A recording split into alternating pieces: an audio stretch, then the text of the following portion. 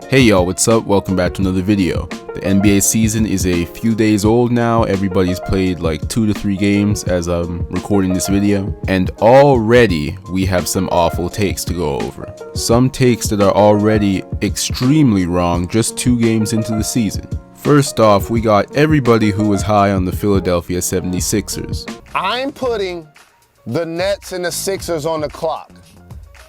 So right now, that's who I anticipate to be in the Eastern Conference Finals. There was a lot of talk in the offseason, y'all, that the Sixers were going to be near the top of the East again. They're going to be a tough team in the Eastern Conference. They're finally going to make the conference finals, some said.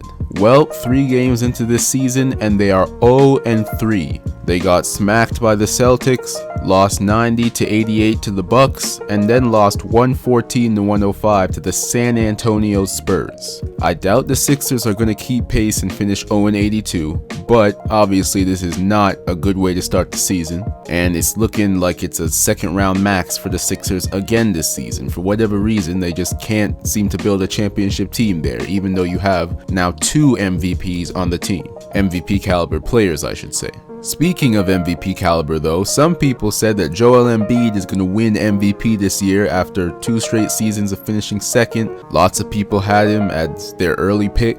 He's going to dominate again offensively and defensively, and because the Sixers are going to finish as a high seed, he's going to win MVP this year. Well, he has not started the season very good. His last game against the Spurs, he actually had 40 and 13. He played great, even though they still lost. But the first 2 games of the season, he was atrocious. Offensively and defensively, MVP energy was not there at all, and his terrible performance was a main reason for the Sixers losing those first 2 games. On the flip side though, in the first 2 games, James Harden played like his old self from Houston. He played great the first 2 games, even though some people say he's dribbling too much now, and so that's why, or one of the reasons why, Embiid hasn't gotten it going, and this won't work. Even if Harden balls out, plays like an MVP in Houston, it won't work with the Sixers team because of the way that he plays. But then the 3rd game, when Embiid went off, Harden played atrocious. He had 12 points on 4 for 18 shooting. So to this point, the 2 MVP caliber players on the Sixers have not been able to both have a good game at the same time. It is not looking good in Philadelphia. A lot of cold takes already. And y'all, here's a clip of Skip Bayless saying that Embiid is better than Giannis. He said this before they played the Bucks. He said Embiid is better than Giannis and he'd outplay him. Y'all in trouble. No, I don't think so. Because Embiid is better than your guy. Better than what? He's just what? better. He's more of a beast. Don't do that. Don't watch. do that. Giannis. Just watch. Greek. He'll put the number on him tonight. Big number. Yeah. He'll outplay him. That aged poorly real quick, but of course Skip won't acknowledge that now. Up next, we got Kendrick Perkins. I'll just let y'all listen to this one. The Lakers are going to be in the playoffs this year. And one of the main reasons I'm saying that is because of Anthony Davis.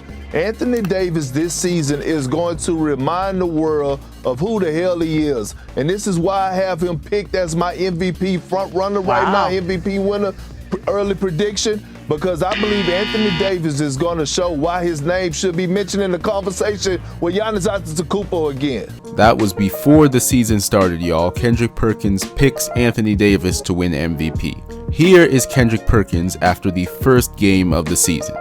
What's up? Perk, AD, your MVP. Tell America why AD is your MVP.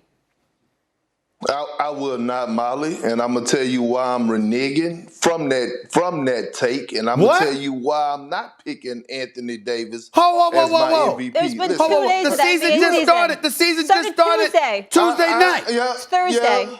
And already? One game? Absolutely. I was born, but I wasn't born yesterday. One day into the NBA season, Kendrick Perkins changes his MVP pick.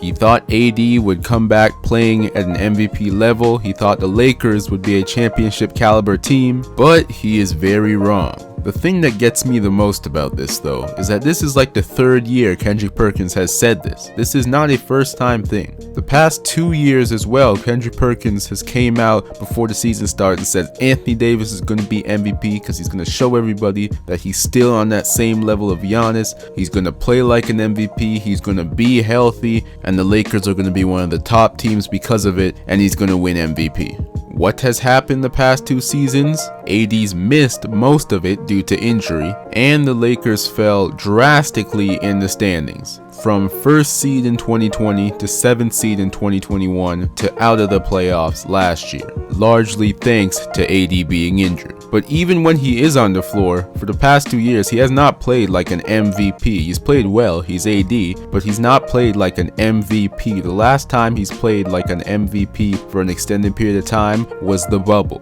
But despite all of that, Kendrick Perkins went out here, said AD is going to be the MVP. He then watches the very first game of the season and realizes, yeah, that's not happening. Like we haven't seen the same thing for most of the past 2 seasons now.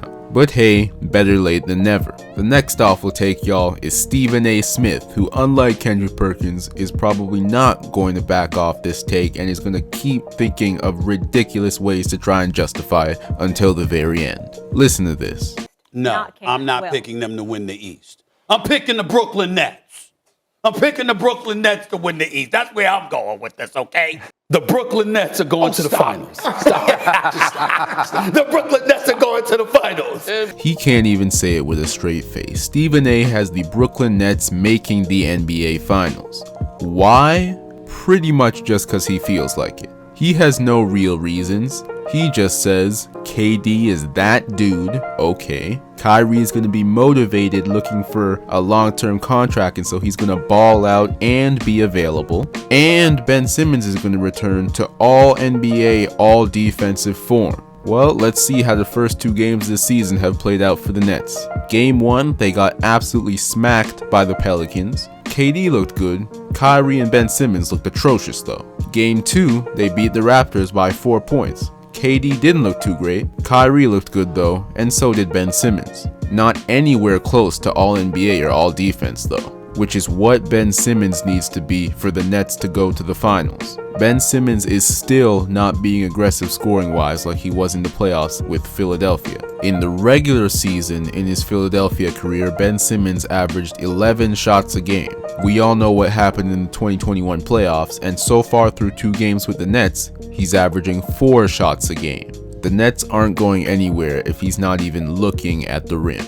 That, plus just the way they got smacked by Boston last year. Milwaukee and Boston are a whole step ahead of the Nets in terms of making it out of the Eastern Conference. And so for Stephen A to act like just adding Ben Simmons is going to push the Nets to the top now, to not only make the conference finals, but to win the East, I don't see that happening. So yeah, y'all, those were some cold or very soon to be cold takes by analysts. Just 2 games into the season, so there's going to be a whole lot more. I'll make sure to make videos on those. Did I miss any cold takes that y'all had in mind? Post in the comments below. Make sure to like this video, subscribe, check out my other videos. NBA is back, so more videos coming.